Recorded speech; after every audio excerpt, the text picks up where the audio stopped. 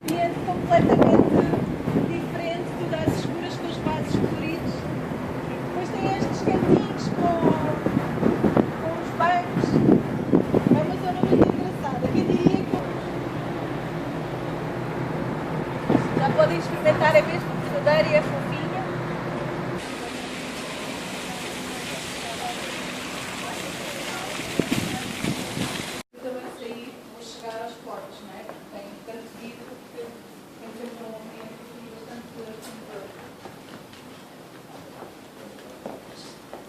À noite transforma-se, fica com música ao vivo.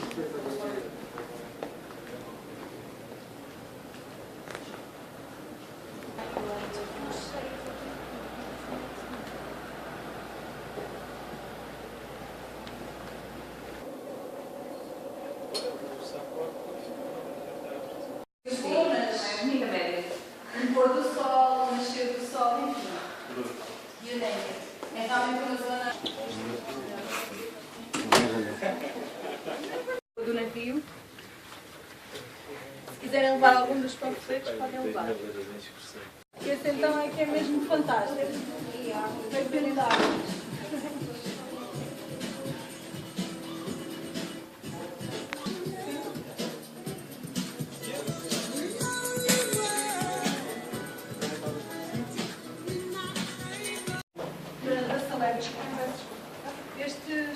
Estes navios têm sempre área destacada.